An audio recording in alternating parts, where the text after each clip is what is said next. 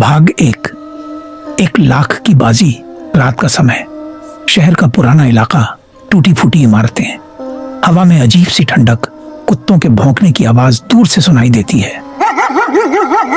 शहर के उस हिस्से में जहां दिन में भी लोग जल्दी जल्दी कदम बढ़ाकर निकल जाते थे, रात का सन्नाटा कुछ ज्यादा ही गहरा हो जाता था। कहते थे वहां सिर्फ अंधेरा नहीं रहता, कुछ और भी रहता है।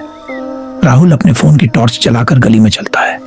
राहुल हल्की घबराहट में, यार ये शॉर्टकट लेने की क्या जरूरत थी, सीधा रास्ता ले लेता तो अब तक घर पहुंच गया होता। उसका फोन अचानक फ्लिकर करता है, टॉर्च कमजोर पड़ने लगती है। राहुल, अरे ये क्या, अभी तो बैटरी 40% थी। हवा अचानक तेज चलती है, आसपास कागज उड़ने लगते हैं।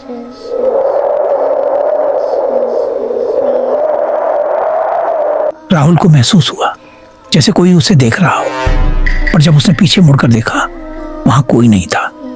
धीरे धीरे अंधेरे से एक आकृति उभरती है, एक बूढ़ा आदमी, झुकी हुई कमर, फटे कपड़े और चेहरे पर गहरे कट के निशान। बूढ़ा धीमी खुरदुरी आवाज में, इतनी जल्दी में कहां जा रहे हो बेटा? राहुल अचानक चौंक कर पीछे हटता है। राहुल, कौन हो तुम और तुम यहाँ क्या कर रहे हो?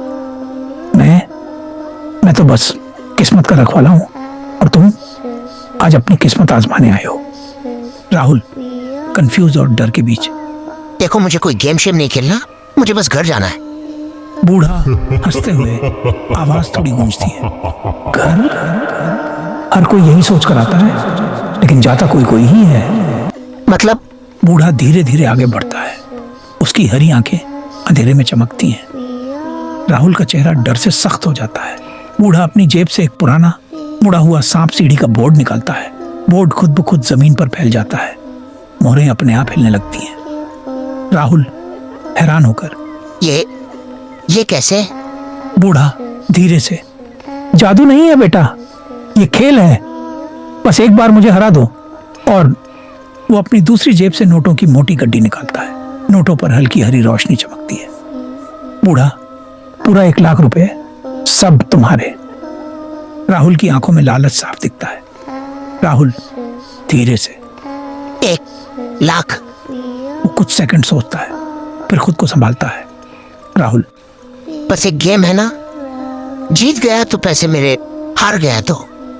बूढ़ा कुछ पल चुप रहता है, फिर धीरे से मुस्कुराता है। बूढ़ा, हार गए तो बस अगला मौका नहीं मिलेगा। राहुल, मतलब? पैसे नहीं मिलेंगे बस। बूढ़ा उसकी आंखों में घूरता है। बूढ़ा धीमी डरावनी आवाज में, कुछ चीजें पैसे से ज्यादा कीमती होती हैं। राहुल थोड़ा असहज होता है, लेकिन फिर नोटों की तरफ देखता है।